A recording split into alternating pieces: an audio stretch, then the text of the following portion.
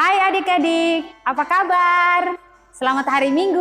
Hari ini kita mau belajar firman Tuhan dari mana ya? Tentunya dari Alkitab nih. Miss Shirley bawah. Ada Alkitab. Kita mau belajar firman Tuhan dari Alkitab. Karena itu semuanya siapkan hatinya. Duduk yang manis, tidak ada yang jalan sana sini. Tetap tenang, kita mau dengar firman Tuhan.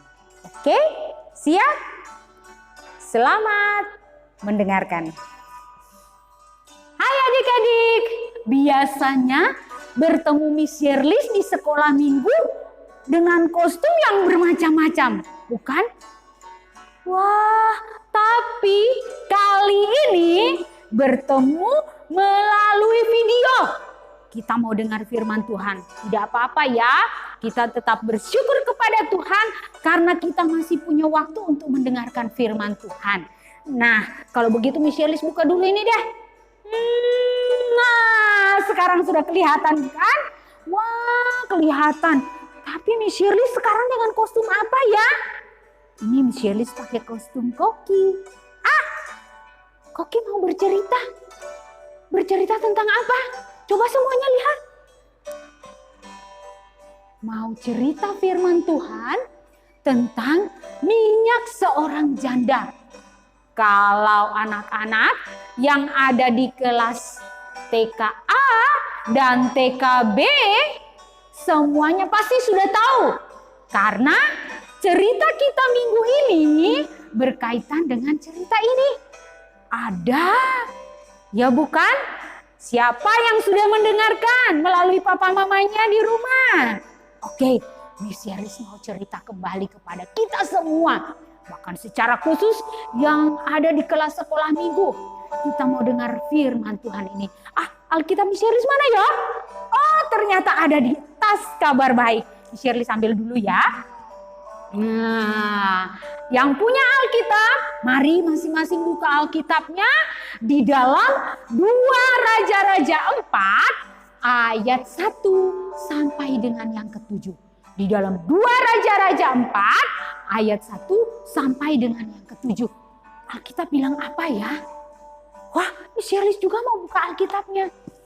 2 Raja-Raja 4 ayat 1 sampai yang ke-7.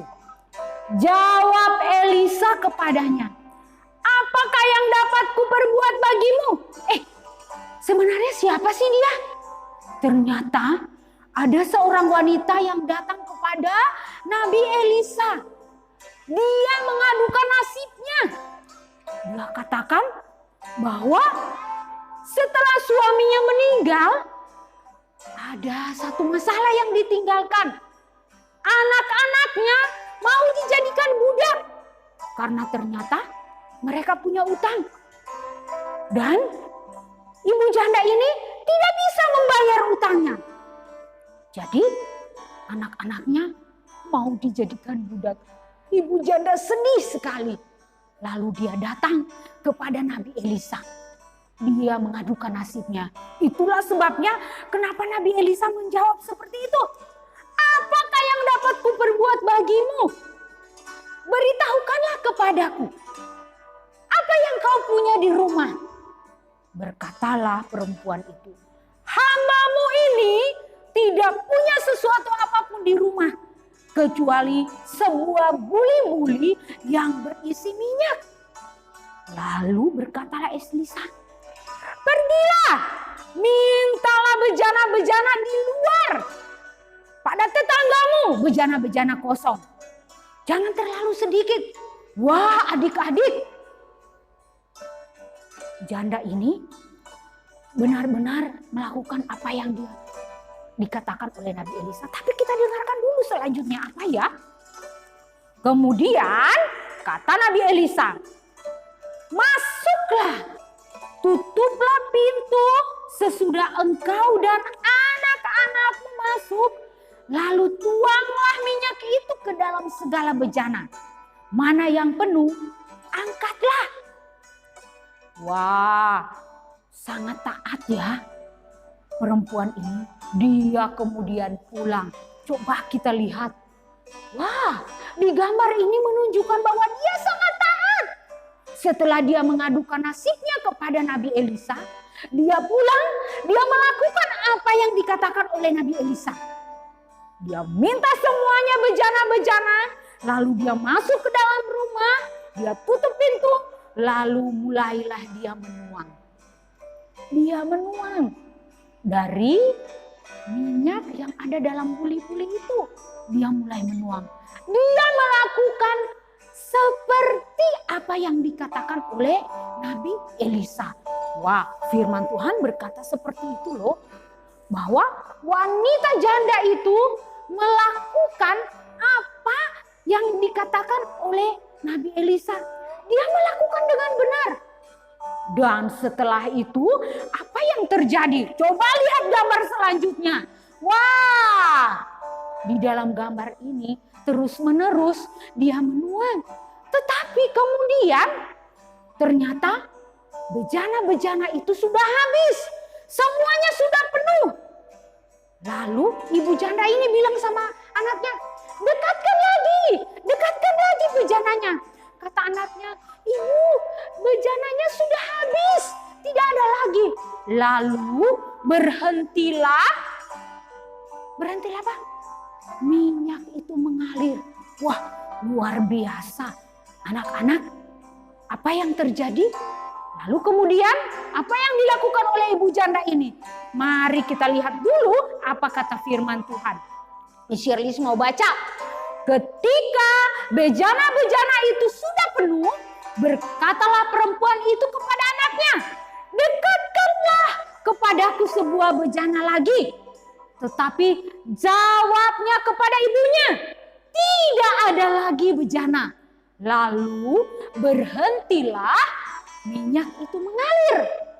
Kemudian pergilah perempuan itu memberitahukannya kepada abdi Allah. Tadi abdi Allah namanya siapa? Nabi Elisa.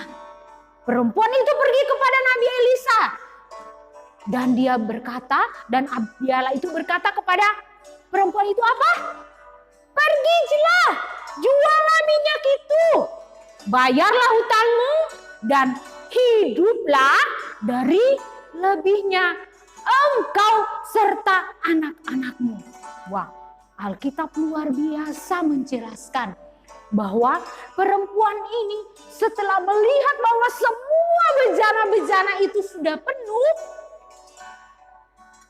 dia tidak melompat-melompat, dia tidak langsung pergi kasih tahu sama tetangganya, "Weh, di rumahku banyak minyak, di rumahku banyak minyak." Tidak. Tapi apa yang dia lakukan? Dia datang kembali kepada abdi Allah itu. Dia datang kembali kepada Nabi Elisa. Dia sampaikan bahwa semua bejana sudah penuh. Apa yang harus saya lakukan dari situ?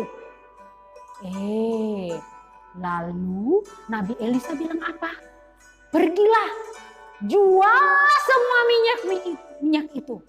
Lalu kemudian dari hasil penjualan itu bayarlah hutangmu. Lalu sisanya pakailah untuk hidupmu dan anak-anakmu. Anak-anak sekalian, luar biasa. Firman Tuhan menuliskan dengan jelas bagaimana cara Tuhan memberkati ibu janda ini melalui perkataan Nabi Elisa. Anak-anak semuanya, apa yang dilakukan ibu janda? Dia pun melakukan seperti apa yang dikatakan oleh Nabi Elisa. Dia pergi menjual minyak itu, lalu dia membayar hutangnya, dan sisanya itu dipakai untuk hidup selanjutnya bersama dengan anak-anaknya. Coba kita lihat gambarnya. Ini dia pergi, dia menjual, lalu dia bayar hutangnya. Nah, anak-anak sekalian, apa yang kita pelajari dari bagian firman Tuhan? seringkali, bukan hanya seringkali, mungkin saja kita semua, bahkan hari ini, kita semua dalam kesulitan. Tidak tahu kesulitan apa saja. Tapi yang pasti bahwa hari ini semua orang yang ada di dunia ini sedang dalam masalah. Bukankah masalah itu harus kita adukan kepada Tuhan? Kita harus datang sampaikan kepada Tuhan. Mari kita belajar dari perempuan janda ini. Ketika ia punya masalah, ia mengadu kepada Tuhan melalui hambanya Nabi Elisa. Ia sampaikan semuanya persoalan hidupnya. Anak-anak sekalian, melalui cerita firman Tuhan ini mengajak kita. Masalah apapun, yang pertama-tama itu adalah mari kita menyampaikannya kepada Tuhan. Kita dengarkan apa kata Tuhan. Bahkan melalui firman Tuhan, Tuhan bisa saja berkata kepada kita apa yang harus kita lakukan. Ingat, perempuan janda ini mengadukan nasibnya, mengadukan masalahnya kepada Tuhan melalui Nabi Elisa. Ada perintah Tuhan melalui Nabi Elisa, pergi. Dan ibu janda, Alkitab menuliskan, ia mengerjakan semuanya tepat seperti yang dikatakan oleh Nabi Elisa. Luar biasa, dia taat. Yang kedua adalah kita belajar untuk taat. Taat kepada siapa? Taat kepada Tuhan. Melalui apa saja? Melalui apa saja yang Tuhan percayakan kepada kita. Kalau hari ini seluruh dunia punya masalah yang sama dengan wabah COVID-19, kita pun juga harus belajar taat. Pemerintah adalah wakil Tuhan. Pemerintah bilang semuanya libur, tinggal di rumah, belajar dari rumah, beribadah dari rumah. Kita harus taat. Kenapa? Cara pencegahan, cara memutuskan virus itu harus dengan tinggal di rumah. Tidak boleh bertemu dengan orang banyak. Karena virus itu mudah sekali menyebar. Kita harus taat. Nggak boleh ngeyel, tidak boleh membantah. Karena Tuhan mempercayakan apa yang ia katakan juga melalui pemerintah. Hari ini para medis, dokter, perawat juga mengingatkan kita melalui poster-poster. Mereka menyerukan, kalian di rumah saja ya. Cukup kami yang ada di rumah sakit, yang menolong orang-orang yang sakit. Tolong kami dengan kalian di rumah. Satu bukti ketaatan Tuhan adalah mendengarkan apa kata pemerintah demi kebaikan kita. Kata para medis demi kebaikan kita.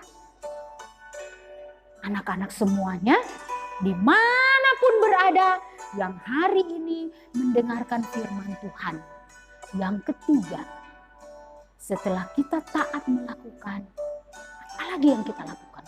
Yang ketiga adalah kembali datang kepada Tuhan. Jangan lupa setiap saat, setiap waktu kita datang pada Tuhan. Bertanya, Tuhan, apa yang Tuhan mau saya lakukan? Kita semuanya dikasih akal, pikiran yang baik. Tetapi Tuhan juga mau kita menggunakan akal pikiran itu dengan benar. Tanyakan pada Tuhan, apa yang Tuhan mau aku lakukan? Kalau pemerintah tinggal di rumah, kita tinggal di rumah. Oh, di rumah kita ngapain? Tadi firman Tuhan bilang apa? Nabi Elisa bilang, pergilah, juallah, bayarlah hutangmu, dan hiduplah dari sisanya bersama anak-anakmu. Kalau kita di rumah hidup dengan siapa? Hidup dengan papa, mama, saudara-saudara.